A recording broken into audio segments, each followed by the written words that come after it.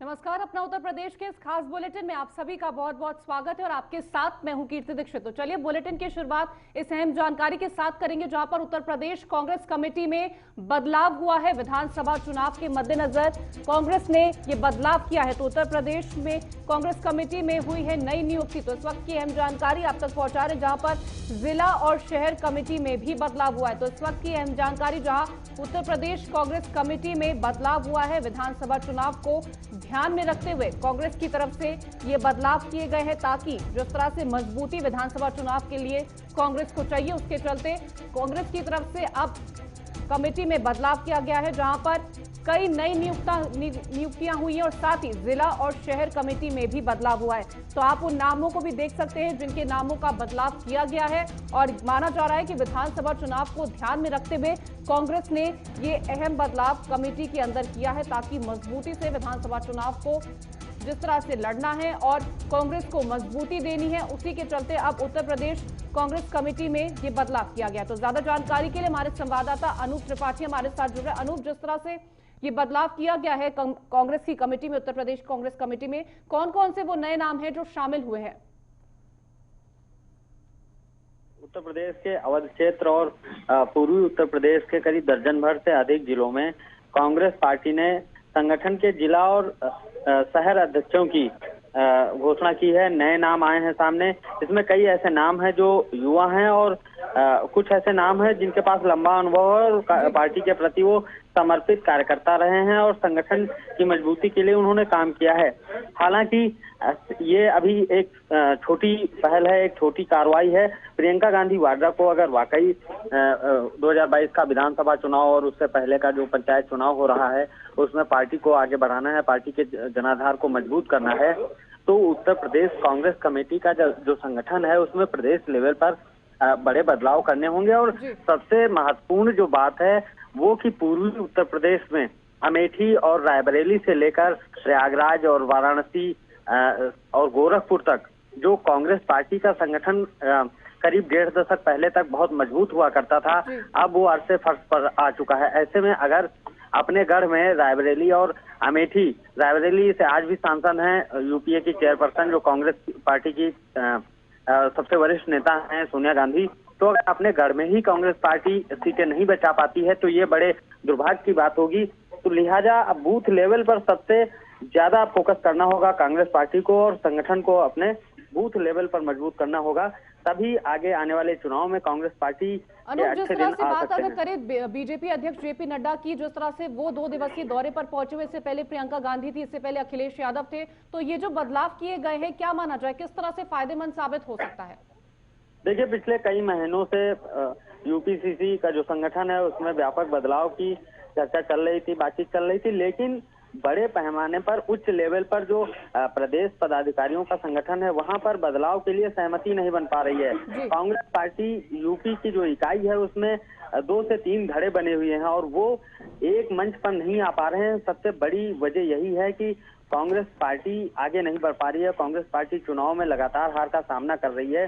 अगर कांग्रेस पार्टी को आगे वाकई चुनाव में फतेह हासिल करनी है तो सबसे पहले पार्टी संगठन की जो गुटबाजी है उसको खत्म करना होगा और उसके बाद बूथ लेवल से संगठन को सक्रिय करना होगा, कार्यकर्ताओं को एक बार पुनः जीवित करना होगा, जोड़ना होगा उन्हें, तभी आगे आने वाले चुनाव में पार्टी कुछ अच्छे दिन देख पाएगी। जी, फिलहाल अनूप तमाम जानकारी देने के लिए बहुत बहुत धन्यवाद। तो इसके आगे बढ़ते अगली खबर की ओर, जहां पर कोरोना वायरस के खिलाफ जंग में उत्तर प्रदेश में वैक्सीनेशन का दूसरा चरण शुरू हो गया। इस चरण में 60 साल से ज्यादा और 45 से 60 साल तक के वे लोग जिन्हें गंभीर बीमारियां हैं उनको शामिल किया गया है। वहीं वैक्सीनेशन से जुड़ी ज्यादा जानकारी के लिए हमारे संवाददाता हैदर अली ने नोएडा के सीएमओ दीपक ओहरी से खास बातचीत की है। वैक्सीनेशन पार्ट 2 आज से शुरू हो चुका है। दूसरा फेज है ये वैक्सीनेशन का और इसमें 60 साल से उम्र के ज़्यादा के जो लोग हैं वो रजिस्ट्रेशन करा के वैक्सीन लगा सकते हैं। हम डिस्ट्रिक्ट हॉस्पिटल में मौजूद हैं, उस रूम के अंदर, ऑब्जर्वेशन रूम के अंदर, जहां वैक्सीन लगाने के बाद 30 मिनट बैठाया जाएगा जो भी यहाँ वैक्सीन लगवाएगा। आप तस्वीर देख सकते हैं, ये वो लोग हैं जो वैक्सीन लगवा चुके हैं और 30 मिनट ये ऑब्जर्वेशन में रहेंगे। अब इन लोगों ने वैक्सीन लगवाई, इन्हीं से बात करेंगे, जानेंगे। सर, वैक्सीन आपके लग चुकी है, अभी तक आपको कोई प्रॉब्लम? नहीं, वो लगने का तो 15 मिनट हो गया। कुछ भी प्रॉब्लम नहीं है, असिम्टोमेटिक, नजर लगता नहीं जो इंजेक्शन लगा हुआ बोलते। और यही जो जनता का मन में है एक मिथ, विश्वास है वैक्सीनेशन में कुछ फायदा नहीं, मैं ये नहीं, डर पैदा हुआ है, इसको अवॉइड करना चाहिए। और कोई भी कॉम्प्लिकेशन डेवलप इमीडिएटली हो, अभी तक तो नहीं हुआ, फिर बार होगा भी नहीं, ये इसी तरह की कोई दिक्कत नहीं, कोई दिक्कत नहीं है। एंड मैं भी सबको एक्चुअली रिक्वेस्ट करूंगा, जितने भी बॉयजेस्ट आदमी अबव 60 सब बिना संकोच में ये वैक्सीनेशन लेना है। ये सरकार की एक बड़ा बेस्ट ड्राइव है इम्यूनेशन। तो आप देख सकते हैं कोई भी प्रॉब्लम नहीं आ रही है। सर, आप भी वैक्सीन लगवा चुके हैं। एक तो अभी भी कुछ लोगों के मन में वहम है कि वैक्सीन लगवाएं या ना लगवाएं। अब चूंकि आपने लगवा ली, उन लोगों के लिए क्या मैसेज होगा? और आपको अभी तक कोई परेशानी हुई? देखिए, मैंने अभी 15 मिनट पहले वैक्सीन लगवाई है। मुझे ना वैक्सीन लगवाने में कोई परेशानी हुई और ना उसके बाद अब बैठे हूँ 15 मिनट से कोई परेशानी नहीं, कोई साइड इफ़ेक्ट नहीं है। मैं बिल्कुल कंफर्टेबल हूँ। जो लोग नहीं आए हैं लगवाने, मेरा उनसे अनुरोध है कि प्लीज़ सिस्टम को फॉलो करिए, सरकार पर भरोसा करिए। बहुत अच्छी वैक्सीन है और कोई दिक्कत नहीं है, पूरी तरह से सुरक्षित है। और आइए और उसका अनुभव करिए। अच्छा सर, कुछ लोगों को यहाँ दिक्कत भी आ रही थी, आप चूँकि लगवा चुके हैं, आपको भी कोई प्रॉब्लम फेस करना पड़ी या डाउट है कुछ अभी भी? देखिए, ये मैनेजमेंट का इशू है। बेसिकली दो तरह के कन्फ्यूजन है, कुछ जनता में और डॉक्टर्स में कन्फ्यूजन है, कुछ यहाँ के सिस्टम में भी कन्फ्यूजन है। संभवतः यहाँ की लोकल IMA ने कोई अपने डॉक्टर्स को मैसेज किया कि आप लोग आकर के आज लगवा सकते हैं, जबकि सच ये है कि जो सरकार की गाइडलाइंस थी या सरकार के जो निर्देश थे उसके हिसाब से आज केवल 2 तरह के लोगों के लिए ये सिस्टम खोला गया है। एक वो लोग जो 60 से ऊपर हैं, वो जनता का कोई भी व्यक्ति हो, डॉक्टर नहीं, कोई भी है, और एक वो लोग जो 45-60 की उम्र के बीच के हैं, लेकिन वो जो एक निर्धारित कैटेगरी है गंभीर बीमारियों की, अगर उनसे ग्रसित है तो उनके लिए खोला गया है। लेकिन फिर भी शायद लोकल एक कोई कन्फ्यूजन का मैसेज गया, जिसके कारण बहुत सारे लोग यहाँ आए, तो थोड़ा क्योस हुआ है उसकी वजह से, लेकिन धीरे धीरे वो सेटल हो रहा है। आप क्या कहना चाहेंगे? आपको कोई दिक्कत अभी तक? क्या संदेश देना चाहेंगे? अभी भी हमारे देश में बहुत सारे एरियाज़ ऐसे हैं जहां लोगों में डाउट रहता है, कोई भी सरकार योजना लाए, कोई भी इंजेक्शन लगवाने की बात हो या तमाम ऐसी स्कीमें रहती हैं। क्या संदेश देंगे? कोरोना वैक्सीन में भी डाउट है लोगों को, बहुत सारे लोगों को। मुझे तो कोई डाउट नहीं था, मैंने लगवा लिया, सब ठीक है, कोई प्रॉब्लम नहीं है। तो आप देख सकते हैं यहाँ ऑब्जर्वेशन रूम में ये लोग बैठे हैं, इनको वैक्सीन लग चुकी है और अभी तक भी किसी तरह की कोई परेशानियों का सामना इन लोगों को नहीं हो रहा है। और 30 मिनट इसी तरह ऑब्जर्वेशन रूम में इनको रखा जाएगा, उसके बाद इनको घर जाने दिया जाएगा। वीडियो जर्नलिस्ट दुर्गेश के साथ हैदर अली, जगत 24/7 न्यूज़, नोएडा। देवरिया जिले के बेतालपुरा में कांग्रेस की ओर से किसान महासम्मेलन का आयोजन किया गया, जिसमें कांग्रेस प्रदेश अध्यक्ष अजय कुमार लल्लू शामिल हुए। इस दौरान अजय लल्लू ने बीजेपी पर जमकर निशाना साधा। प्रदेश कांग्रेस के अध्यक्ष अजय कुमार लल्लू ने कहा कि देश का अन्नदाता बीजेपी सरकार से दुखी है। किसानों की हर समस्याओं को लेकर कांग्रेस संघर्ष कर रही है। वहीं अजय कुमार लल्लू ने सरकार को किसान विरोधी बताया।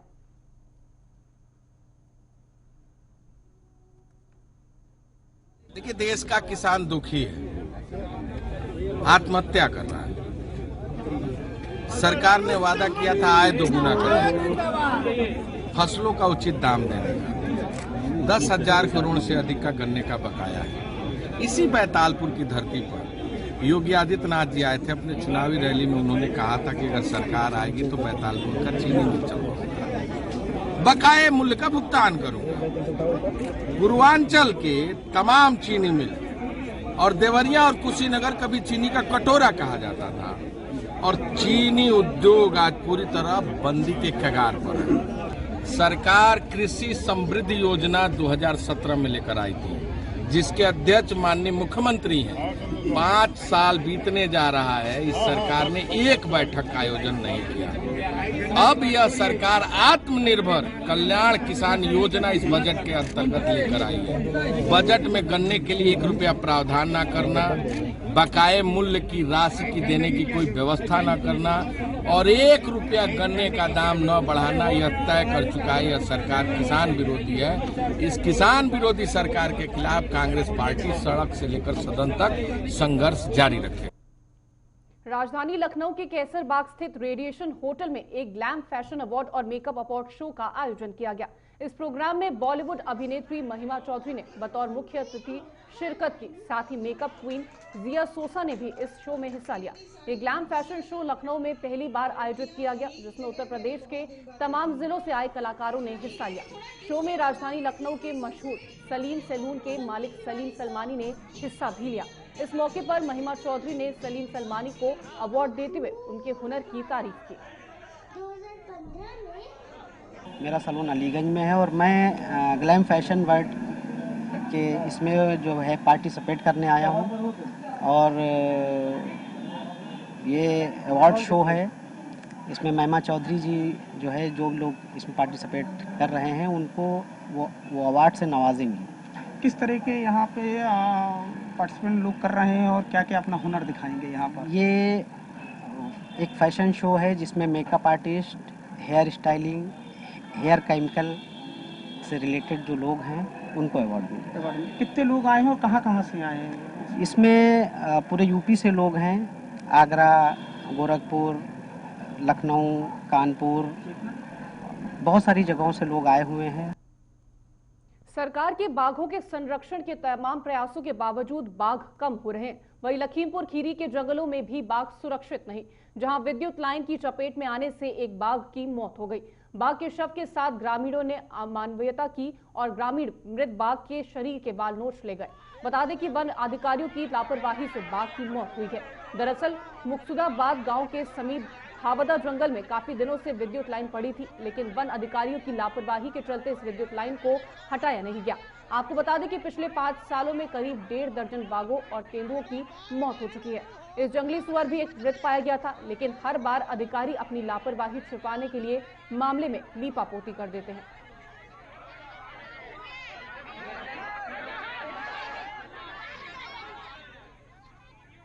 महोबा में पुरातत्व विभाग के दायरे में अवैध निर्माण चोरी छिपे हो रहा था। वहीं प्रशासन की लापरवाही का खामियाजा आम लोगों को भुगतना पड़ रहा है। ताजा मामला शहर कोतवाली के ऐतिहासिक कीरत सागर परिसर के सामने आया है, जहां अवैध रूप से बन रहे भवन की दीवार गिरने से 3 मजदूरों की मौत हो गई। मजदूरों की मौत से परिजनों में कोहराम मच गया। वहीं 3 मजदूरों की दर्दनाक मौत से पुलिस प्रशासन में हड़कंप मच गया। आनंद फानन में तीनों मजदूरों को पुलिस ने रेस्क्यू ऑपरेशन कर बाहर निकाला और जिला अस्पताल में भर्ती कराया है। आला अधिकारियों ने परिजनों को हर संभव मदद का आश्वासन दिया है, तो वहीं निर्माण करा रहे अवैध कब्जाधारी मौके से फरार हो गया। कीरत सागर के पास एक दीवार गिरने से 3 मजदूरों के दबने की सूचना मिली, जिसपे हम लोग तुरंत एसएचओ के साथ पहुंच करके मलबा से निकाल करके उनको हॉस्पिटल भिजवाया गया, जहां डॉक्टर साहब ने उनकी मृत्यु घोषित कर दिया है। बाकी जानकारी प्राप्त की जा रही कि कैसे हुआ। अभी तो ये अज्ञात में हम लोग ले आए हैं, अभी जानकारी होने पर आगे की बात। जो निर्माण करा था वो व्यक्ति मिला? नहीं, अभी वहाँ पे कोई नहीं था। ये मलबे में 3 लोग दबे हुए थे, जिनको लेकर के पहले हम लोग हॉस्पिटल पहुँचे। हॉस्पिटल में इलाज हम लोगों ने कराना चाहा। एक आदमी उसमें डॉक्टर से आने के बाद 3 आदमियों को डॉक्टर साहब ने घोषित कर दिया। तो ज्यादा जानकारी के लिए हमारे संवाददाता दर्शन सोनी हमारे साथ जुड़े। दर्शन, जिस तरह से पहले तो अवैध निर्माण करवाया जा रहा था, उसके बाद से लोगों की जिंदगियों के साथ लापरवाही की गई है, क्या कुछ पूरा मामला है, उसके बारे में अपडेट दीजिएगा। जिस तरीके से अवैध निर्माण चल रहा था, तो कहीं ना कहीं जिंदगियों के साथ खिलवाड़ किया गया। अगर पहले ही प्रशासन सचेत हो जाता तो शायद इन 3 मजदूरों की जान न जाती।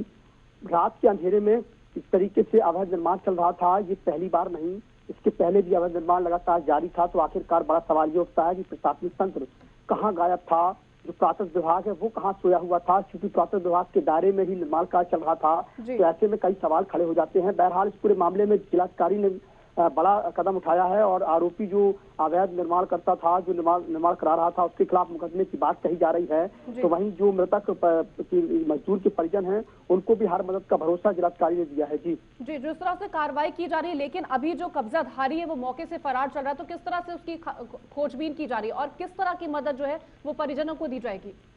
बिल्कुल, अभी तक जो मजदूर हैं, मजदूर की जो बॉडी है, शव है, उनको मध्य प्रदेश, क्योंकि मध्य प्रदेश के 2 मजदूर थे गढ़ी मलहरा क्षेत्र के, तो वहां पहुंचाया गया है। उसके अलावा जो परिवार है उनको मदद के लिए जिलाधिकारी ने कहा कि किसान बीमा, दुर्घटना बीमा के तहत किसानों की मदद की जाएगी और साथ के साथ जो आरोपी उसकी गिरफ्तारी को लेकर शहर कोतवाली पुलिस को आदेशित कर दिया गया है। जी, फिलहाल दर्शन सोनी, तमाम जानकारी देने के लिए बहुत बहुत धन्यवाद। लखनऊ मलिहाबाद थाना क्षेत्र में एक युवक का शव मिलने से इलाके में सनसनी फैल गई। युवक का शव आम के बाग में पेड़ से लटका मिला था। सूचना मिलने पर पुलिस ने मौके पर पहुंचकर शव को कब्जे में लेकर पोस्टमार्टम के लिए भेज दिया है। परिजनों के मुताबिक प्रेम प्रसंग के चलते युवक की हत्या की गई है। परिजनों ने गांव के ही एक युवक पर हत्या का आरोप लगाया है। फिलहाल पुलिस मामले की जांच पड़ताल कर रही है, जिसके बाद हत्या का खुलासा हो पाएगा। ये मेरे भाई को मारा गया है। किसने मारा गया है? कल इन लोगों से झगड़ा हुआ होगा आपस में, तो ये जो है उसने पूनम ने अपना हाथ ऐसे काट लिया और कह लगे मैं थाने में रिपोर्ट लिखा के आऊंगी कि तूने मेरा हाथ काटा है। तो इसी मारे में अपने भाई को ढूंढने नहीं गए थे। मैं तो पुलिस पकड़ ले गई होगी और सुबह मेरे को मालूम पड़ा कि ये लटका पड़ा। वही लोग रात में भी चिल्ला कह रहे तेरे भाई को मार डालेंगे, इसको समझा ले। बहुत दिन से, कम से कम 6 दिन पहले से भी ये सब झगड़ा हुआ, तब भी ये लोग ये बोला मार देंगे।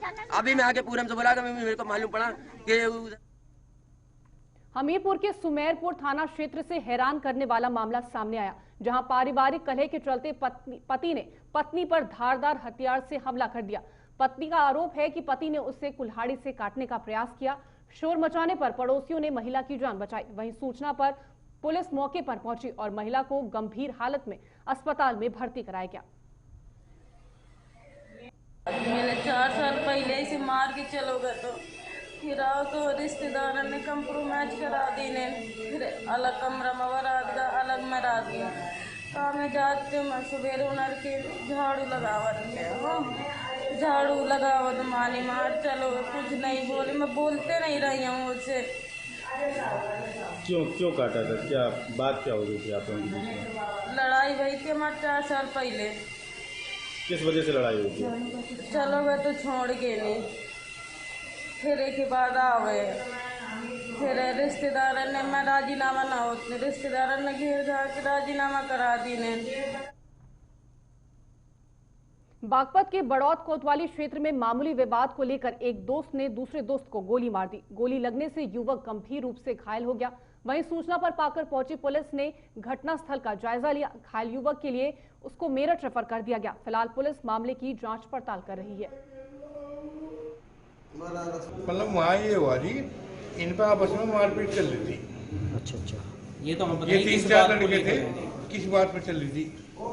3-4 लड़के थे, बस उसके बाद यही हूँ मैं, एक आदमी आया, उसने गोली चला दी। क्या नाम है इनका जिनका गोली लग रही है?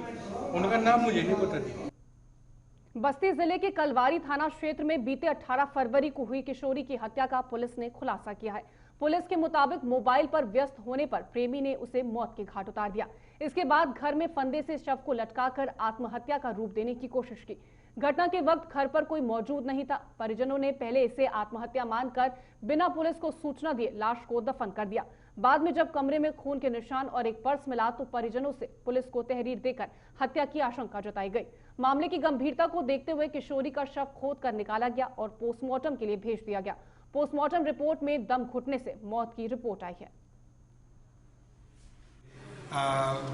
लाश को कब्र से निकलवाया गया, उसका पोस्टमार्टम कराया गया। पोस्टमार्टम में मृत्यु का कारण दम घुटने से आया, स्ट्रैंगुलेशन आया।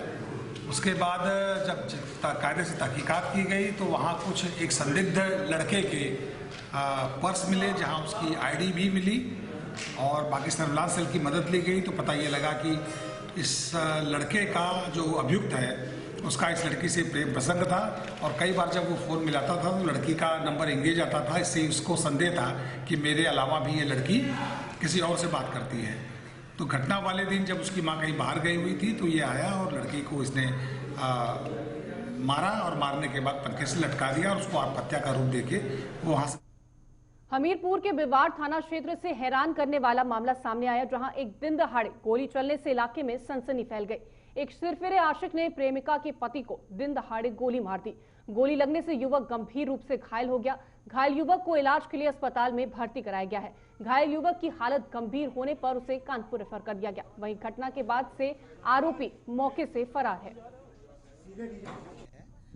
कैसी का हो गई?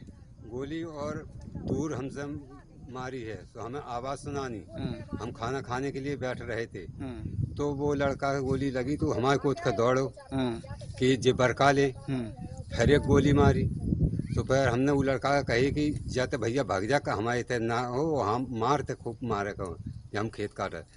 तो वो लड़का फिर भग गया, फिर जो भगो गया तो होना जाकर गिर गया।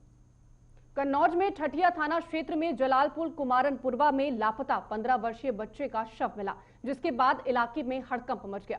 परिजनों ने हत्या का आरोप लगाया है। किशोर 27 फरवरी की दोपहर 12 बजे जोधपुर गांव में कथा सुनाने के लिए निकला था। काफी समय गुजर जाने के बाद जब वो वापस घर नहीं लौटा तो परिजनों ने उसकी खोजबीन शुरू कर दी। खोजबीन के बावजूद जब हिमांशु नहीं मिला तो घर वालों ने ठठिया थाना में लापता बेटे की गुमशुदगी की रिपोर्ट दर्ज कराई। हालांकि रविवार को घर से 200 मीटर की दूरी एक भूसे के कूप में लापता हिमांशु का खून से लथपथ शव मिला। हिमांशु के शव को देखते हुए परिजनों ने हत्या का आरोप लगाया है। पुलिस मामले की तहकीकात में जुट गई है। जनपद कन्नौज के थाना ठठिया क्षेत्र के जलालपुर गांव में एक 15 वर्षीय युवक का शव एक खेत से मिला है, जिसके संबंध में परिजनों को आशंका है कि उसकी हत्या की गई है। शव को पोस्टमार्टम के लिए भिजवा दिया गया है। आगे की विधिक कार्रवाई की जा रही है। मामले पर फॉरेंसिक, डॉग स्क्वाड और सर्विलांस टीम कार्य कर रही है। जल्द ही मामले का खुलासा किया जाएगा। मुरादाबाद मुंडा पांडे 0 पॉइंट पर ओवरटेक करते वक्त 2 ट्रक आमने सामने से टकरा गए। हादसे में दोनों ट्रकों के चालकों की मौत हो गई, साथ ही हेल्पर भी घायल हो गया। वहीं हादसे के बाद बाईपास पर जाम लग गया। राहगीरों ने पुलिस को इस बात की सूचना दी। पुलिस ने दोनों के शवों को कब्जे में लेकर पोस्टमार्टम के लिए जिला अस्पताल भेज दिया है। आगबड़े साइड से पेट्रोलिंग करते हुए आ रहे थे। जैसे हमें तुरंत सूचना मिली वैसे ही हम फास्ट स्पॉट पर पहुंचे। हमने देखा एक टाटा ट्रेलर वाले ने एक गाड़ी को बचाने के चक्कर में 2 गाड़ियों को हिट कर दिया। मल्टीपाइलप एक्सीडेंट हो गया, जिससे कि जिस ट्रक से हिट हुआ था उसी गाड़ी के ड्राइवर को नॉर्मल सी चोट लगी है, बाकी सब कुछ ठीक है। उस ड्राइवर को तुरंत ही वहाँ से प्राइवेट गाड़ी से हॉस्पिटल भेज दिया गया। सर पुलिस कितनी देर में आई? आप लोग कितनी देर में पहुंचे यहाँ पर? सर पुलिस भी आ गई थी, लगभग 5 मिनट में पुलिस आ गई थी और पुलिस के आने के उपरांत ही तुरंत उसके बाद हम पहुँच गए वहाँ पर।